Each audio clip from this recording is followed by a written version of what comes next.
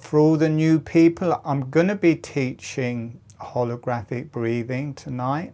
Well, actually, the lips are closed, the upper surface of the tongue is on the roof mouth, the breath is through the nose, and on the in-breath, a very small, gentle opening of the jaw, and on the out-breath, there's a small closing. And when I teach it, it starts as an exercise and then it just integrates with the breath and becomes natural. And at that point, this wave-like motion spreads through the whole face, through the cranium, through the brain, and through the whole body. And it's very similar to the wave-like motion that is palpated in cranial sacral therapy.